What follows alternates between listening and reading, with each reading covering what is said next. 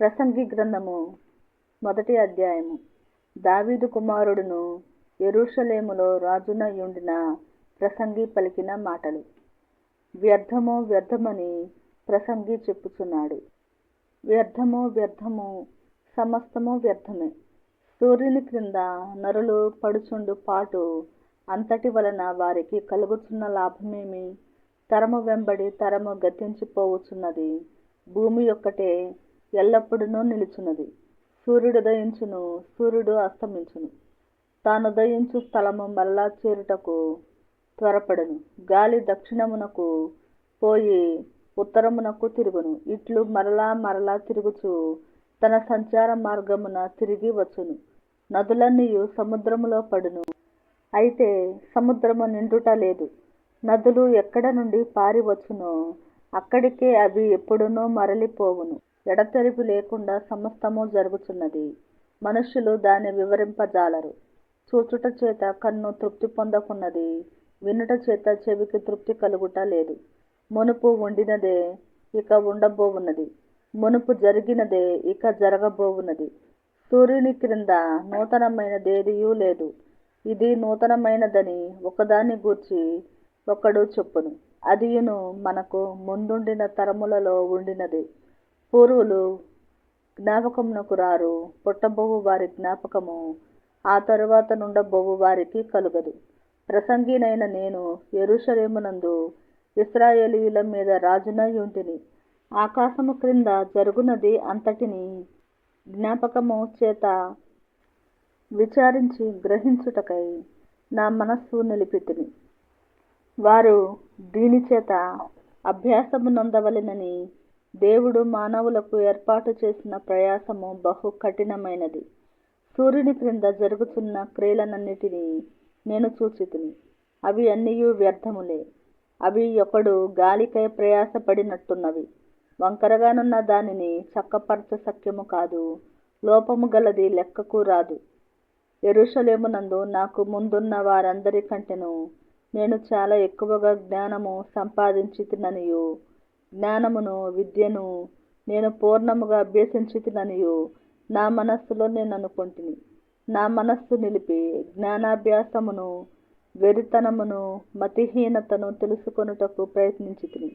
అయితే ఇదియు గాలికై ప్రయాసపడుటయే అని తెలుసుకొంటిని. విస్తారమైన జ్ఞానాభ్యాసము చేత విస్తారమైన దుఃఖము కలుగును. అధిక విద్య సంపాదించిన వానికి అధిక శోకము కలుగును. 2వ అధ్యాయము. కాని నిన్ను సంతోషము చేత శోధించి చూతును, నీవు మేలుననుభవించి చూడుమని నేను నా హృదయముతో చెప్పుకొంటిని. అయితే అదియు వ్యర్థ ప్రయత్నమాయెను. నవ్వుతో నీవు వెరిదానవనియు, సంతోషముతో నీ చేత కలుగునదేమి అనియు నేనంటిని. నా మనస్సు ఇంకను జ్ఞానము అనుసరించుచుండగా ఆకాశము క్రింద తాము బ్రతుకు కాలమంతయు మనుష్యులు ఏమి చేసి మేలు అనుభవింతురో చూడవలనని తలచి నా దేహమును ద్రాక్షారసము చేత సంతోషపరచుకొందుననియు, మతిహీనత యొక్క సంగతి అంతయు గ్రహింతుననియు నా మనస్సులో నేను యోచన చేసుకొంటిని. నేను గొప్ప పనులు చేయబూనుకొంటిని. నా కొరకు ఇండ్లు కట్టించుకొంటిని, ద్రాక్ష తోటలు నాటించుకొంటిని. నా కొరకు తోటలను, శృంగార వనములను వేయించుకొని వాటిలో సకల విధములైన ఫలవృక్షములను నాటించితిని. వృక్షముల నారుమళ్లకు నీరు పారుటకై నేను చెరువులు తవ్వించుకొంటిని. పనివారిని, పనికత్తెలను సంపాదించుకొంటిని. నా ఎంట పుట్టిన దాసులు నాకుండిరి. యెరూషలేమునందు నాకు ముందుండిన వారందరికంటే ఎక్కువగా పశుల మందలను, గొర్రె మేకల మందలను బహు విస్తారముగా సంపాదించుకొంటిని.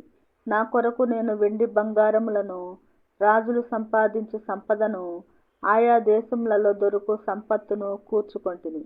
నేను గాయకులను, గాయకురాండ్రను, మనుషులు చేయించు సంపదలను సంపాదించుకొని బహుమంది ఉపపత్నులను ఉంచుకొంటిని.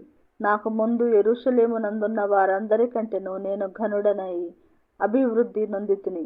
నా జ్ఞానము నన్ను విడిచిపోలేదు. నా కన్నులు ఆశించిన వాటిలో దేనిని అవి చూడకుండా నేను అభ్యంతరము చేయలేదు. మరియు నా హృదయము నా పనులన్నింటినీ బట్టి సంతోషింపగా, సంతోషకరమైనదేదియు అనుభవించకుండా నేను నా హృదయమును నిర్బంధింపలేదు. ఇదే నా పనులన్నిటి వలన నాకు దొరికిన భాగ్యము. అప్పుడు నేను చేసిన పనులన్నీయు, వాటి కొరకై నేను పడిన ప్రయాసమంతయు నేను నిదానించి వివేచింపగా, అవన్నీ వ్యర్థమైనవిగాను, ఒకడు గాలికి ప్రయాసపడినట్టుగాను అగ్గుపడెను. సూర్యుని క్రింద లాభకరమైనదేదియు లేనట్టు నాకు కనబడెను. రాజు తర్వాత రాబోవువాడు ఇదివరకు జరిగిన దాని విషయము సైతము ఏమి చేయునో అనుకొని నేను జ్ఞానమును, వెరితనమును, మతిహీనతను పరిశీలించుటకై పూనుకొంటిని.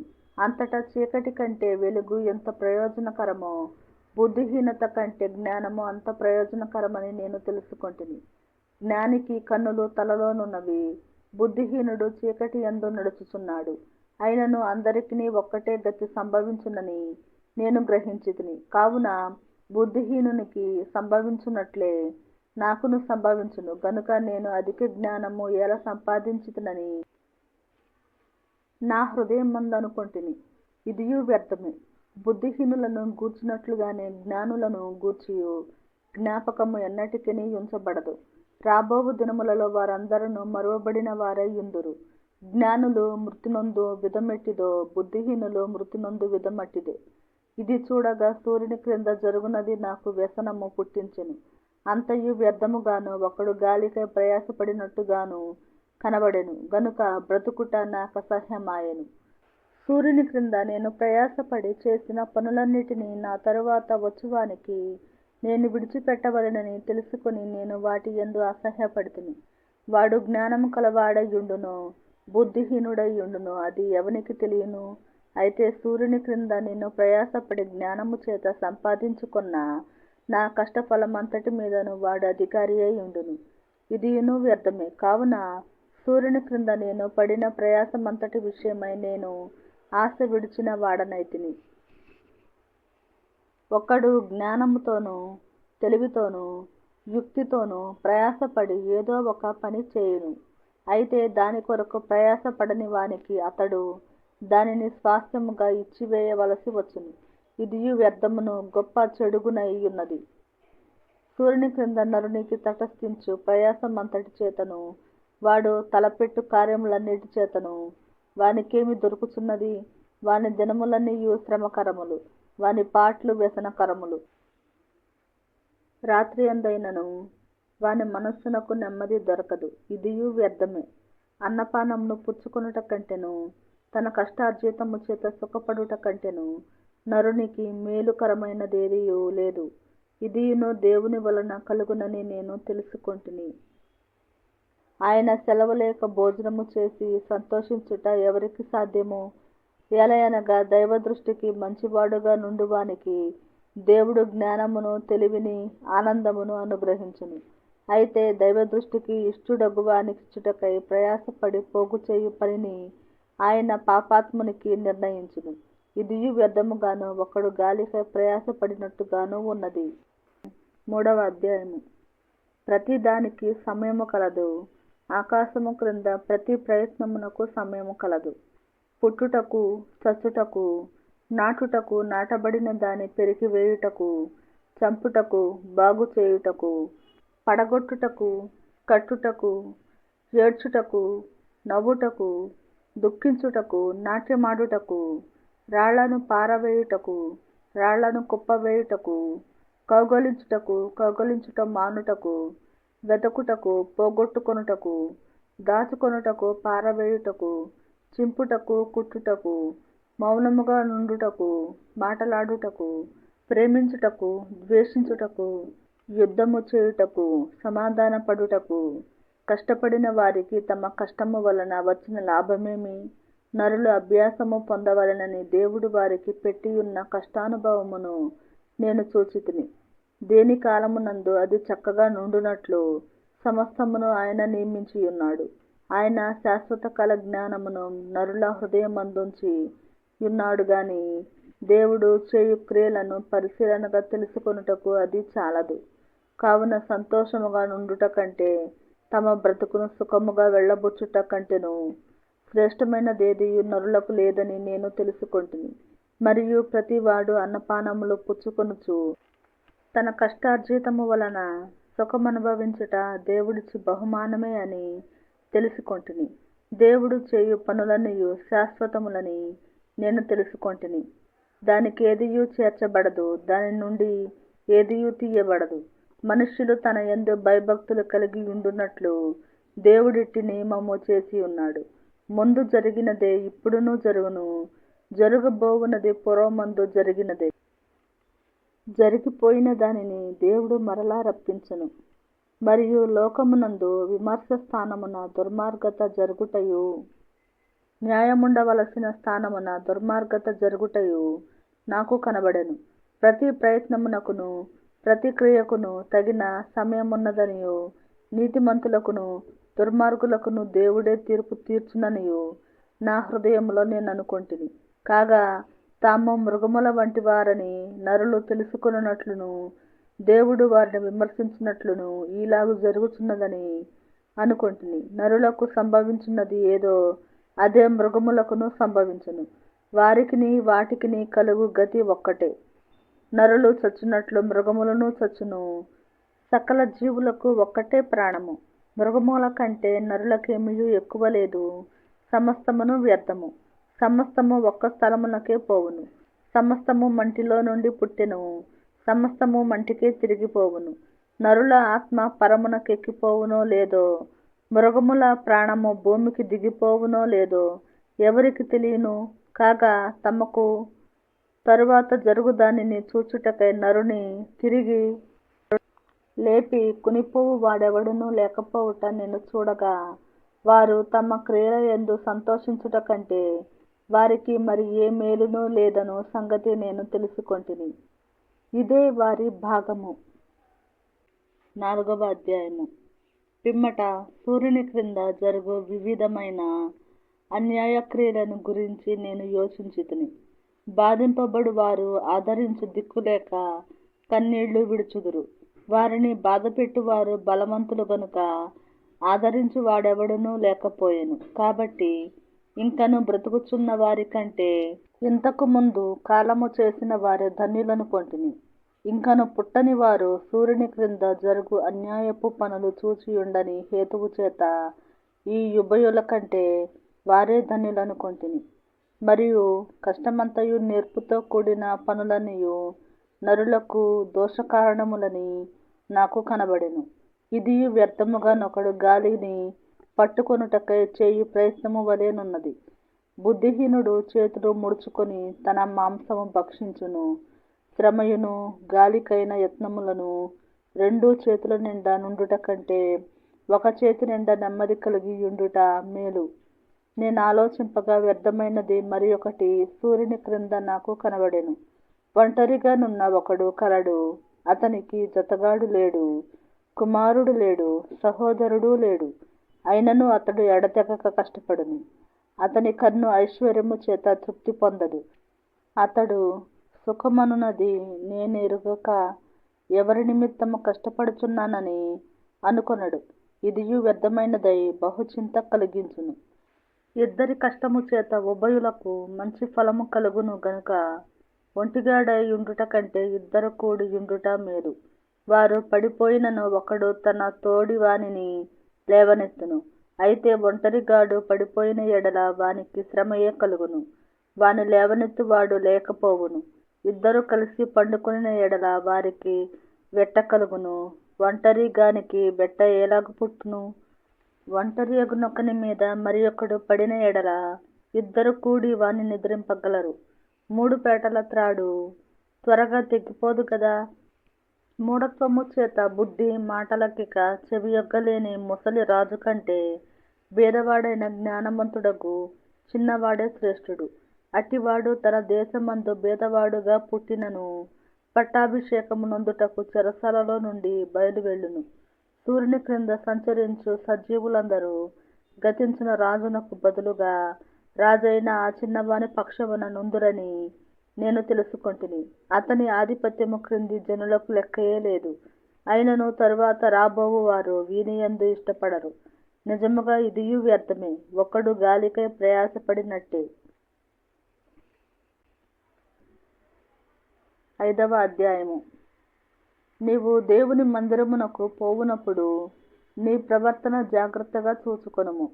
బుద్ధిహీనులు అర్పించున్నట్లుగా బలి అర్పించుట కంటే సమీపించి ఆలకించుట శ్రేష్టము. వారు తెలియకే దుర్మార్గపు పనులు చేయుదురు. నీవు దేవుని సన్నిధిని అనాలోచనగా పలుకుటకు నీ హృదయమును త్వరపడనీయక నీ నోటిని కాచుకొము. దేవుడు ఆకాశమందున్నాడు, నీవు భూమి మీద ఉన్నావు, కావున నీ మాటలు కొద్దిగా ఉండవలెను. విస్తారమైన పనిపాటుల వలన స్వప్నము పుట్టును, పెక్కు మాటలు పలుకువాడు బుద్ధిహీనుడగును. నీవు దేవునికి మొక్కుబడి చేసుకుని ఎడల దానిని చెల్లించుటకు ఆలస్యము చేయకుము. బుద్ధిహీనుల యందు ఆయనకిష్టము లేదు. నీవు మొక్కుకొని దాన్ని చెల్లించుము. నీవు మొక్కుకొని చెల్లింపకుండుట కంటే మొక్కుకొనకుండుటయే మేలు. నీ దేహమును శిక్షకు లోపరచునంత పని నీ నోటి వలన జరగనీయకుము. అది పొరపాటు చేత జరిగినని దూత ఎదుట చెప్పకము. నీ మాటల వలన దేవునికి కోపము పుట్టించి నీవేళ నీ కష్టమును వ్యర్థపరచుకునేదవు. అధికమైన స్వప్నములను మాటలును నిష్ప్రయోజనములు. నీ మట్టుకు నీవు దేవుని యందు భయభక్తులు కలిగియుండుము. ఒక రాజ్యమందు బేదలను బాధించుటయు, ధర్మమును న్యాయమును బలాత్కారము చేత మీరుటయు నీకు కనబడిన ఎడల దానికి ఆశ్చర్యపడకుము. అధికారము నొందిన వారి మీద మరి ఎక్కువ అధికారము నొందిన వారున్నారు, మరియు మరి ఎక్కువైన అధికారం నొందినవాడు వారికి పైగానున్నాడు. ఏ దేశంలో రాజు భూమి విషయమై శ్రద్ధ పుచ్చుకొనునో ఆ దేశమునకు సర్వ విషయముల యందు మేలు కలుగును. ద్రవ్యమునపేక్షించువాడు ద్రవ్యము చేత తృప్తి నొందడు, ధన సమృద్ధినపేక్షించువాడు దాని చేత తృప్తి నొందడు. ఇదియు వ్యర్థమే.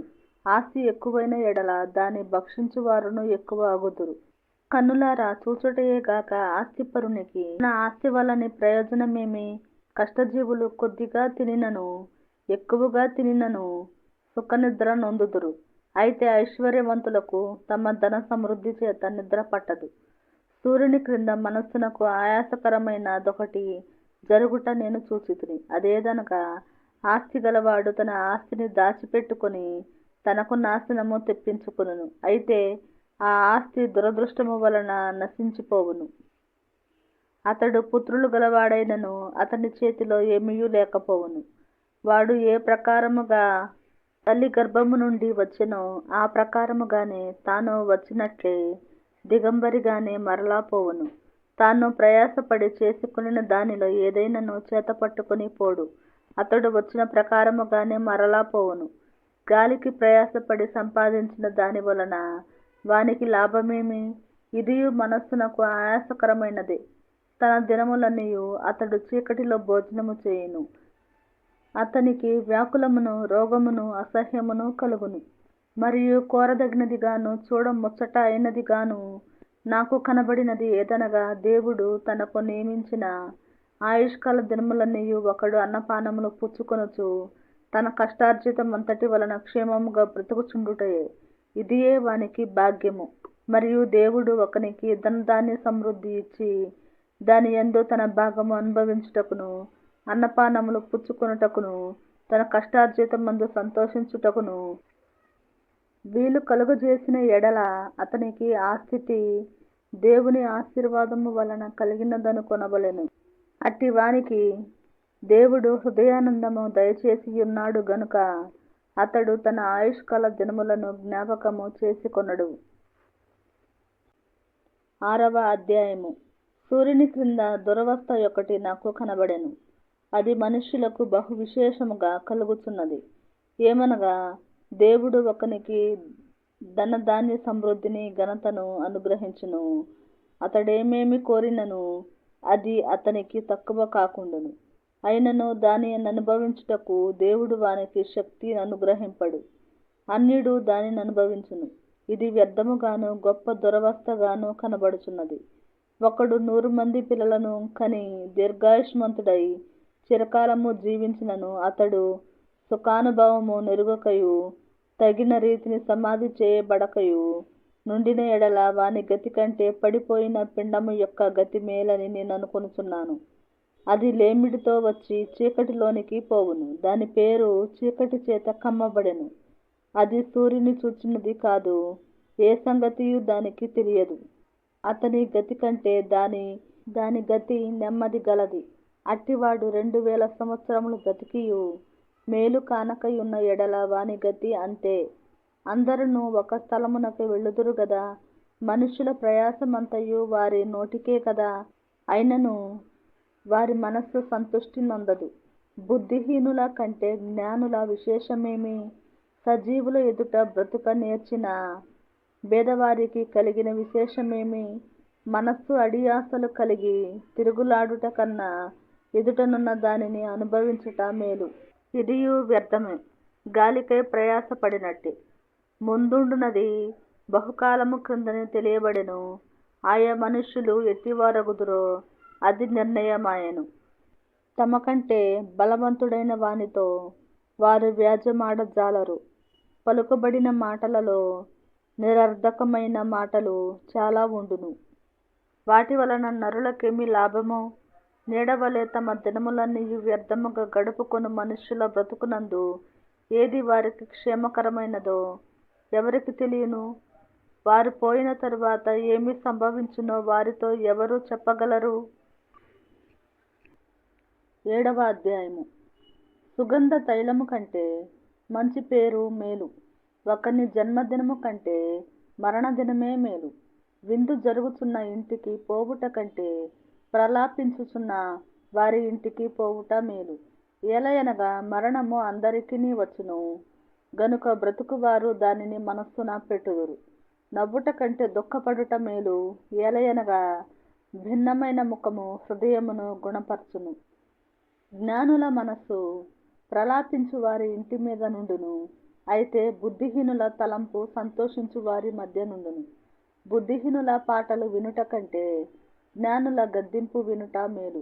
ఎలయనగా బాణ క్రింద చిటపటయను చితుకుల మంట ఎట్టిదో బుద్ధిహీనుల నవ్వు అట్టిదే. ఇదియు వ్యర్థము. అన్యాయము చేయుట వలన జ్ఞానులు తమ బుద్ధిని కోల్పోవుదురు. లంచము పుచ్చుకొనుట చేత మనస్సు చెడును. కార్యారంభము కంటే కార్యాంతము మేలు. అహంకారము గలవాని కంటే శాంతము గలవాడు శ్రేష్ఠుడు. ఆత్రపడి కోపపడవద్దు. బుద్ధిహీనుల అంతరింద్రియములందు కోపము సుఖనివాసము చేయును. ఈ దినముల కంటే మునుపటి దినములు ఏల క్షేమకరములు అని అడగవద్దు. ఈ ప్రశ్న వేయుట జ్ఞానయుక్తము కాదు. జ్ఞానము స్వాస్థ్యమంతా ఉపయోగము. సూర్యుని క్రింద బ్రతుకు వారికి అది లాభకరము. జ్ఞానము ఆశ్రయాస్పదము, ద్రవ్యము ఆశ్రయాస్పదము. అయితే జ్ఞానము దాని పొందిన వారి ప్రాణమును రక్షించును.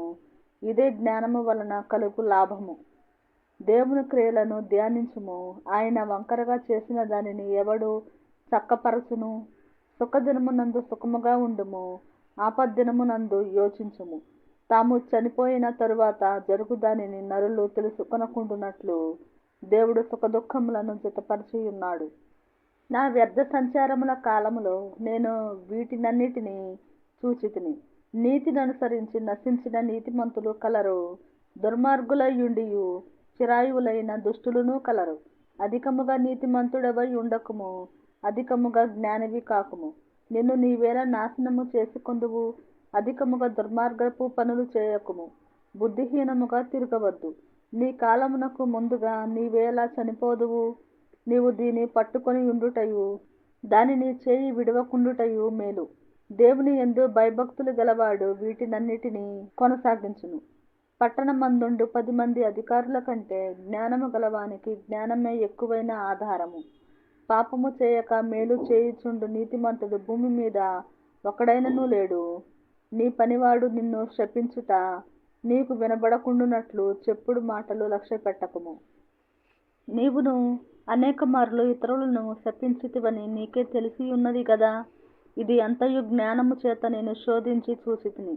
జ్ఞానాభ్యాసము చేసుకొందునని నేననుకొంటిని గాని అది నాకు దూరమాయెను. సత్యమైనది దూరముగాను బహులోతుగాను ఉన్నది. దాన్ని పరిశీలన చేయగలవాడెవడు? వివేచించుటకును పరిశోధించుటకును జ్ఞానాభ్యాసము చేయుటకై సంగతుల యొక్క హేతువులను తెలుసుకొనుటకును భక్తిహీనత బుద్ధిహీనత అనియు, బుద్ధిహీనత వెర్రితనమనియు గ్రహించుటకును రూఢి చేసుకుని నా మనస్సు నిలిపితిని. మరణము కంటే ఎక్కువ దుఃఖము కలిగించినది ఒకటి నాకు కనబడెను. అది వలల వంటిదై ఉరుల వంటి మనస్సును బంధకముల వంటి చేతులను కలిగిన స్త్రీ. దేవుని దృష్టికి మంచివారైన వారు దానిని తప్పించుకొందురు గాని పాపాత్ములు దాని వలన పట్టబడుదురు. సంగతుల హేతువు ఏమైనది కనుగొనుటకై నేను ఆయా కార్యములను తరచి చూడగా ఇది నాకు కనబడినని ప్రసంగినైన నేను చెప్పుచున్నాను. అయితే నేను తరచి చూచినను నాకు కనబడనిది ఒకటి ఉన్నది. అదేదనగా 1000 మంది పురుషులలో నేనొకని చూచితిని గాని అంతమంది స్త్రీలలో ఒకతను చూడలేదు. ఇది ఒకటి మాత్రము నేను కనుగొంటిని, ఏమనగా దేవుడు నరులను యథార్థవంతులనుగా పుట్టించెను గాని వారు వివిధమైన తంత్రములు కల్పించుకొని ఉన్నారు. 8వ అధ్యాయము. జ్ఞానులతో సములైన వారెవరు? జరుగువాటి భావమును ఎరిగిన వారెవరు? మనుషుల జ్ఞానము వారి ముఖమునకు తేజస్సునిచ్చును, దాని వలన వారి మోటుతనము మార్చబడును. నీవు దేవునికి ఒట్టు పెట్టుకొంటివని జ్ఞాపకము చేసుకొని రాజుల కట్టడకు లోబడుమని నేను చెప్పుచున్నాను. రాజుల సముఖము నుండి అనాలోచనగా వెళ్ళకుము. వారు తాము కోరినదెల్లా నెరవేర్చుదురు గనుక దుష్కార్యములో పాలు పుచ్చుకొనకము. రాజుల ఆజ్ఞ అధికారము గలది. నీవు చేయు పని ఏమని రాజుతో చెప్పగలవాడెవడు? ధర్మమును ఆచరించు వారికి కీడేమియు సంభవింపదు. సమయము వచ్చిననియు న్యాయము జరుగుననియు జ్ఞానులు మనస్సున తెలుసుకొందురు. ప్రతి సంగతిని విమర్శించు సమయమును ఏర్పడి ఉన్నది. లేని ఎడల మనుష్యులు చేయు కీడు బహు భారమగును. సంభవింపబోవునది నరులకు తెలియదు. అది ఎలాగూ సంభవించునో వారికి తెలియజేయు వారెవరు? గాలి విసరకుండా చేయుటకు గాలి మీద ఎవరికిని అధికారము లేదు. మరణ దినము ఎవరికిని వశము కాదు. ఈ యుద్ధమందు విడుదల దొరకదు. దౌర్ష్ట్యము దాని ననుసరించు వారిని తప్పింపదు. సూర్యుని క్రింద జరుగు ప్రతి పనిని గూర్చి నేను మనసిచ్చి యోచన చేయుచుండగా ఇదంతయు నాకు తెలిసెను. మరియు ఒకడు మరి ఒకని పైన అధికారి అయి తనకు హాని తెచ్చుకొనుట కలదు. మరియు దుష్టులు క్రమముగా పాతిపెట్టబడి విశ్రాంతి నొందుటయు, న్యాయముగా నడుచుకున్న వారు పరిశుద్ధ స్థలమునకు దూరముగా కొనిపోబడి పట్టణస్థుల వలన మరువబడియుండుటయు నేను చూచితిని. ఇదియు వ్యర్థమే. దుష్క్రియకు తగిన శిక్ష శీఘ్రముగా కలుగక పోవుట చూచి మనుష్యులు భయము విడిచి హృదయపూర్వకముగా దుష్క్రియలు చేయుదురు. పాపాత్ములు నూరుమారులు దుష్కార్యము చేసి దీర్ఘాయుష్మంతులైనను దేవుని యందు భయభక్తులు కలిగి ఆయన సన్నిధికి భయపడువారు క్షేమముగా నుందురనియు, భక్తిహీనులు దేవుని సన్నిధిని భయపడరు గనుక వారికి క్షేమము కలుగదనియు, వారు నీడ వంటి దీర్ఘాయువును పొందకపోవుదురనియు నేనెరుగుదును.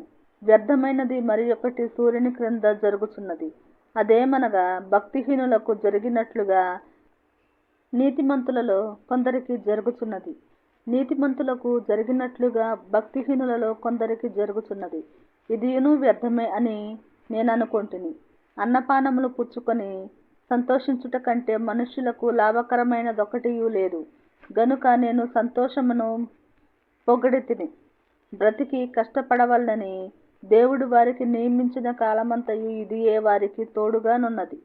జ్ఞానాభ్యాసము చేయుటకును దివారాత్రులు కన్నులు నిద్ర కానకుండా మనుష్యులు జరిగించు వ్యాపారములను చూచుటకును నా మనస్సు నేను నిలుపగా దేవుడు జరిగించినదంతయు నేను కనుగొంటిని. మరియు సూర్యుని క్రింద జరుగు క్రియలు మనుష్యులు కనుగొనలేరనియు, కనుగొనవలెనని మనుష్యులు ఎంత ప్రయత్నించినను వారు కనుగొనుట లేదనియు, దాన్ని తెలుసుకొనవలెనని జ్ఞానులు పూనుకొనినను వారైనా కనుగొన జాలరనియు నేను తెలిసికొంటిని. 9వ అధ్యాయము. నీతిమంతులను జ్ఞానులను వారి క్రియలను దేవుని వశమను సంగతిని స్నేహము చేయుట అయినను ద్వేషించుట అయినను మనుష్యుల వశమున లేదను సంగతిని, అది అంతయు వారి వలన కాదను సంగతిని పూర్తిగా పరిశీలన చేయుటకై నా మనస్సు నిలిపి నిదానింప బూనుకొంటిని. సంభవించినవి అన్నియు అందరికిని ఏకరీతిగానే సంభవించును. నీతిమంతులకును దుష్టులకును మంచివారికిని పవిత్రులకును అపవిత్రులకును బలులర్పించు వారికిని బలులనర్పింపని వారికిని గతి ఒక్కటే. మంచివారికి ఎలాగుననో పాపాత్ములకును అలాగుననే తటస్థించును. ఒట్టు పెట్టుకొను వారికి ఎలాగుననో ఒట్టుకు భయపడు వారికిని అలాగుననే జరుగును. అందరికిని ఒక్కటే గతి సంభవించును. సూర్యుని క్రింద జరుగు వాటన్నిటిలో ఇది బహు దుఃఖకరము. మరియు నరుల హృదయము చెడుతనముతో నిండియున్నది. వారు బ్రతుకు కాలమంతయు వారి హృదయమందు వెరితనముండును. తరువాత వారు మృతుల యొద్దకు పోవుదురు. ఇదియును దుఃఖకరము. బ్రతికియుండి వారితో కలిసిమెలిసియున్న వారికి ఆశ కలదు. చచ్చిన సింహము కంటే బ్రతికియున్న కుక్క మేలు కదా. బ్రతికియుండు వారు తాము చత్తురని ఎరుగుదురు. అయితే చచ్చిన వారు ఏమీయూ ఎరుగరు. వారి పేరు మరువబడి ఉన్నది. వారికిక ఏ లాభమును కలుగదు. వారిక ప్రేమింపరు, పగపెట్టుకొనరు, అసూయపడరు. సూర్యుని క్రింద జరుగు వాటిలో దేని యందును వారికిక నెప్పటికిని వంతు లేదు. నీవు పోయి సంతోషముగా నీ అన్నము తినుము. ఉల్లాసపు మనస్సుతో నీ ద్రాక్ష రసము త్రాగుము. ఇదివరకే దేవుడు నీ క్రియలను అంగీకరించెను. ఎల్లప్పుడూ తెల్లని వస్త్రమును ధరించుకొనుము. నీ తలకు నూనె తక్కువ చేయకుము. దేవుడు నీకు దయచేసిన వ్యర్థమైన నీ ఆయుష్కాలమంతయు నీవు ప్రేమించు నీ భార్యతో సుఖించుము. నీ వ్యర్థమైన ఆయుష్కాలమంతయు సుఖించుము. ఈ బ్రతుకునందు నీవు కష్టపడి చేసుకొనిన దాని అంతటికి అదే నీకు కలుగు భాగము. చేయుటకు నీ చేతికి వచ్చిన ఏ పనినైనను నీ శక్తి లోపము లేకుండా చేయుము. నీవు పోవు పాతాళమునందు పని అయినను ఉపాయమైనను తెలివి అయినను జ్ఞానమైనను లేదు. మరియు నేను ఆలోచింపగా సూర్యుని క్రింద జరుగుచున్నది నాకు తెలియబడెను. వడిగలవారు పరుగులో గెలువరు. బలము గలవారు యుద్ధమునందు విజయమొందరు. జ్ఞానము గలవారికి అన్నము దొరకదు.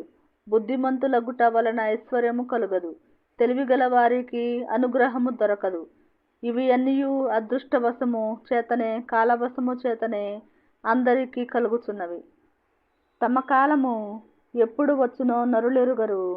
చేపలు బాధాకరమైన వలయందు చిక్కుబడినట్లు పిట్టలు వలలో పట్టుబడినట్లు అశుభకాలమున హఠాత్తుగా తమకు చేటు కలుగునప్పుడు వారును చిక్కుబడుదురు. మరియు నేను జరుగు దీనిని చూచి ఇది జ్ఞానమని తలంచితిని. ఇది నా దృష్టికి గొప్పదిగా కనబడెను. ఏమనగా ఒక చిన్న పట్టణముండెను. దాని యందు కొద్దిమంది కాపురముండిరి. దాని మీదికి గొప్ప రాజు వచ్చి దాని ముట్టడి వేసి దాని ఎదుట గొప్ప బురుజులు కట్టించెను. అయితే అందులో జ్ఞానము గల ఒక బేదవాడుండి తన జ్ఞానము చేత ఆ పట్టణమును రక్షించెను. అయినను ఎవరునూ ఆ బేదవానిని జ్ఞాపకముంచుకొనలేదు. కాగా నేనెట్లనుకొంటిని, బలము కంటే జ్ఞానము శ్రేష్టమే గాని బేదవారి జ్ఞానము తృణీకరింపబడును. వారి మాటలు ఎవరునూ లక్ష్యము చేయరు. బుద్ధిహీనులలో ఏలువాని కేకల కంటే మెల్లగా వినబడిన జ్ఞానుల మాటలు శ్రేష్టములు. యుద్ధాయుధముల కంటే జ్ఞానము శ్రేష్టము. ఒక పాపాత్ముడు అనేకమైన మంచి పనులను చెరుపును. 10వ అధ్యాయము. బుక్కవాని తైలములో చచ్చిన ఈగలు పడుట చేత అది చెడు వాసన కొట్టును. కొంచెము బుద్ధిహీనత త్రాసులో ఉంచిన ఎడల జ్ఞానమును ఘనతను తేలగొట్టును. జ్ఞాని యొక్క హృదయము అతని కుడి చేతిని ఆడించును. బుద్ధిహీనుని హృదయము అతని ఎడమ చేతిని ఆడించును. బుద్ధిహీనుడు తన ప్రవర్తనను గూర్చి అధైర్యపడి తాను బుద్ధిహీనుడని అందరికీ తెలియజేయును.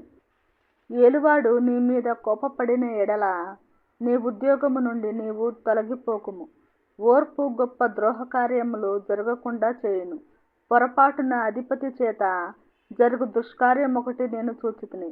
ఏమనగా బుద్ధిహీనులు గొప్ప ఉద్యోగములలో ఉంచబడుటయు, ఘనులు క్రింద కూర్చుండుటయు, పనివారు గుర్రముల మీద కూర్చుండుటయు, అధిపతులు సేవకుల వలె నేలను నడుచుటయు నాకగుపడెను. గొయ్యి త్రవ్వువాడు దానిలో పడును. కంచె కొట్టు వానిని పాము కరచును. రాళ్లు దొర్లించువాడు వాటి చేత గాయము నొందును. చెట్లు నరుకువాడు దాని వలన అపాయము తెచ్చుకొనును. ఇనుప ఆయుధము మొద్దుగా ఉన్నప్పుడు దానిని పదును చేయని ఎడల పనిలో ఎక్కువ బలము వినియోగింపవలెను. అయితే కార్యసిద్ధికి జ్ఞానమే ప్రధానము. మంత్రపు కట్టు లేక పాము కరచిన ఎడల మంత్రగాని చేత ఏమీయూ కాదు. జ్ఞానుని నోటి మాటలు ఇంపుగా ఉన్నవి, అయితే బుద్ధిహీనుని నోరు వానినే మృంగివేయును.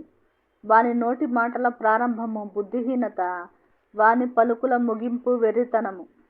కలుగబోవునది ఏదో మనుషులు ఎరుగక యుండినను బుద్ధిహీనులు విస్తారముగా మాటలాడుదురు. నరుడు చనిపోయిన తరువాత ఏమి జరుగునో ఎవరు తెలియజేతురు? ఊరికి పోవు త్రోవ ఎరుగని వారై బుద్ధిహీనులు తమ ప్రయాస చేత ఆయాసపడుదురు. దేశమా, దాసుడు నీకు రాజై ఉండుటయు, ఉదయముననే భోజనమునకు కూర్చుండువారు నీకు అధిపతులై ఉండుటయు నీకు అశుభము. దేశమా, నీ రాజు గొప్ప ఇంటి వాడై ఉండుటయు, నీ అధిపతులు మత్తులగుటకు కాక బలమునొందుటకై అనుకూల సమయమున భోజనమునకు కూర్చుండువారై యుండుటయు నీకు శుభము. సోమరితనము చేత ఇంటి కప్పు దిగబడిపోవును, చేతుల బద్ధకము చేత ఇల్లు కురియును. నవ్వులాటలు పుట్టించుటకై వారు విందు చేయుదురు, ద్రాక్షరస పానము వారి ప్రాణమునకు సంతోషకరము. ద్రవ్యము అన్నిటికీ అక్కరకు వచ్చును, నీ మనస్సునందైనను రాజును శపింపవద్దు. నీ పడక గదిలోనైనను ఐశ్వర్యవంతులను శపింపవద్దు. ఏలయనగా ఆకాశ పక్షులు సమాచారము కొనిపోవును, రెక్కలు గలది సంగతి తెలుపును. 11వ అధ్యాయము. నీ ఆహారమును నీళ్ల మీద వేయుము, చాలా దినములైన తరువాత అది నీకు కనబడును. 7గురికిని 8 భాగము పంచిపెట్టుము. భూమి మీద ఏమి కీడు జరుగునో నీవెరుగవు. మేఘములు వర్షముతో నిండియుండగా అవి భూమి మీద దాని పోయును. మ్రాను దక్షిణముగా పడినను ఉత్తరముగా పడినను అది పడిన చోటనే యుండును. గాలిని గుర్తుపట్టువాడు విత్తడు, మేఘములను కనిపెట్టువాడు కోయడు. చూలాలి గర్భమందు ఎముకలు ఏ రీతిగా ఎదుగునది నీకు తెలియదు. గాలి ఏ త్రోవను వచ్చునో నీవెరుగవు. అలాగుననే సమస్తమును జరిగించు దేవుని క్రియలను నీవెరుగవు. ఉదయమందు విత్తనమును విత్తుము, అస్తమయమందును నీ చేయి వెనుక తీయక విత్తుము. అది ఫలించునో ఇది ఫలించునో, లేక రెండూను సరి సమానముగా ఎదుగునో నీవెరుగవు. వెలుగు మనోహరమైనది, సూర్యుని చూచుట కన్నులకింపుగానున్నది. ఒకడు చాలా సంవత్సరములు బ్రతికిన ఎడల చీకటి గల దినములు అనేకములు వచ్చినవి ఎరిగియుండి తాను బ్రతుకు దినములన్నీయు సంతోషముగా ఉండవలెను. రాబోవునదంతయు వ్యర్థము. యవనుడా, నీ యవనమందు సంతోషపడుము, నీ యవన కాలమందు నీ హృదయము సంతుష్టిగా ఉండనిమ్ము. నీ కోరిక చొప్పునను నీ దృష్టి యొక్క ఇష్టము చొప్పునను ప్రవర్తింపుము. అయితే వీటన్నిటినీ బట్టి దేవుడు నిన్ను తీర్పులోనికి తెచ్చునని జ్ఞాపకముంచుకొనుము. లేత వయస్సును నడిప్రాయమును గతించిపోవునవి గనుక నీ హృదయములో నుండి వ్యాకులమును తొలగించుకొనుము. నీ దేహమును చెరుపుదాన్ని తొలగించుకొనుము. 12వ అధ్యాయము. దుర్దినములు రాకముందే, ఇప్పుడు వీటి యందు నాకు సంతోషము లేదని నీవు చెప్పు సంవత్సరములు రాకముందే, తేజస్సునకును సూర్యచంద్ర నక్షత్రములకును చీకటి కమ్మకముందే, వాన వెలసిన తరువాత మేఘములు మరలా రాకముందే, నీ బాల్య దినములందే నీ సృష్టికర్తను స్మరణకు తెచ్చుకొనుము. ఆ దినమున ఇంటి కావలి వారు వణుకుదురు, బలిష్ఠులు వంగుదురు, విసరువారు కొద్దిమంది ఎక్కుట చేత పని చాలించుకొందురు. కిటికీలలో గుండా చూచువారు కానలేక యుందురు.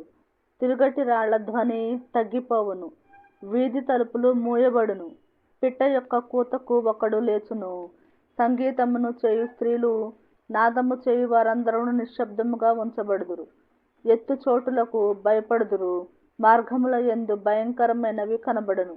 బాదము వృక్షము పువ్వులు పూయును, మిడుత బరువుగా ఉండును. బుడ్డబ్బుడు సరకాయ పగలును. ఎలయనగా ఒకడు తన నిత్యమైన ఉనికి పట్టునకు పోవుచున్నాడు. వాని నిమిత్తము ప్రలాపించువారు వీధులలో తిరుగుదురు. వెండి త్రాడు విడిపోవును, బంగారు గిన్నె పగిలిపోవును. ధార యొద్ద కుండ పగిలిపోవును, బావి యొద్ద చక్రము పడిపోవును. మన్నైనది వెనుకటి వలెనే మరలా భూమికి చేరును. ఆత్మ దాని దయచేసిన దేవుని యొద్దకు మరలా పోవును. సమస్తము వ్యర్థమని ప్రసంగి చెప్పుచున్నాడు. సమస్తము వ్యర్థము. ప్రసంగి జ్ఞాని అయ్యుండెను. అతడు జనులకు జ్ఞానము బోధించెను. అతడు ఆలోచించి సంగతులు పరిశీలించి అనేక సామెతలను అనుక్రమపరిచెను. ప్రసంగి ఇంపైన మాటలు చెప్పుటకు పూనుకొనెను. సత్యమును గూర్చిన మాటలు యథార్థ భావముతో వ్రాయుటకు పూనుకొనెను. జ్ఞానులు చెప్పు మాటలు ములుకోలల వలెను, చక్కగా కూర్చబడి బిగగొట్టబడిన మేకుల వలెను ఉన్నవి. అవి ఒక్క కాపరి వలన అంగీకరింపబడినట్టున్నవి. ఇదియుగాక నా కుమారుడా, హితోపదేశములు వినుము. పుస్తకములు అధికముగా రచించబడును, దానికి అంతము లేదు. విస్తారముగా విద్యాభ్యాసము చేయుట దేహమునకు ఆయాసకరము.